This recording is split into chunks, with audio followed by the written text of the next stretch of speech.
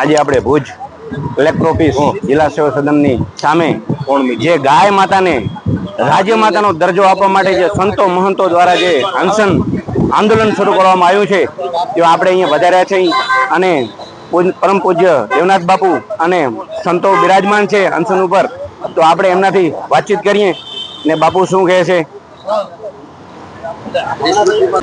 તો મિત્રો, જે આપણે પરમ પૂજ્ય દેવનાથ બાપુ છે જે અહીંયા હમણાં જે બેઠેલા છે, તો આપણે એમના વાણી સાંભળીએ અને આ આંદોલન ક્યારે સ્ટાર્ટ થયું અને સરકારને બાપુ શું સંદેશો આપવા માંગે છે એ આપણે બાપુ એમને જાણીએ ને સમજીએ.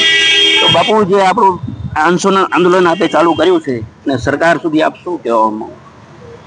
અમે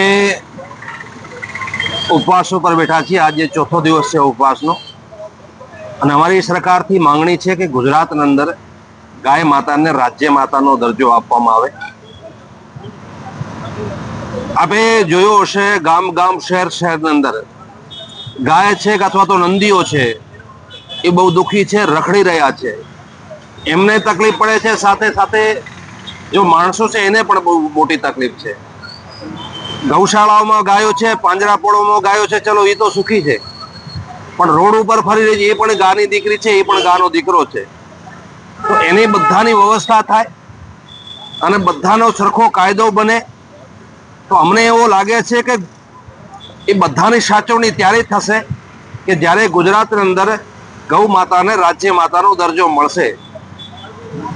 અમે પહેલા દિવસથી કીધું હતો કે જ્યાં સુધી ગુજરાતની અંદર ગાય માતાને રાજ્ય માતાનો દરજ્જો નહીં આપવામાં આવે ત્યાં સુધી અમે અહીંયાથી ઊભા થશું નહીં. અને બાપુ, જો સરકાર દ્વારા આપની કોઈ વાતની કે કોઈ ધ્યાન દોરવામાં નહીં હોય તો આગામી આપનું આ જે જિલ્લાથી કરીને રાજ્ય કે દેશ લેવલ ઉપર શું આપણું આગળની રણનીતિ છે બાપુ? જો આપ જુઓ છો કે અત્યારે અમે કચ્છના મથકે બેઠા છીએ, તો કચ્છના દરેક ગામડાઓ સુધી અમારું આંદોલન પહોંચી ગયો છે. ઘણા બધા ગુજરાતના જિલ્લાઓની અંદર પહોંચી ગયો છે. ઘણા બધા ગુજરાતના જિલ્લાઓના અંદર આવેદન પત્ર અપાઈ ગયા છે.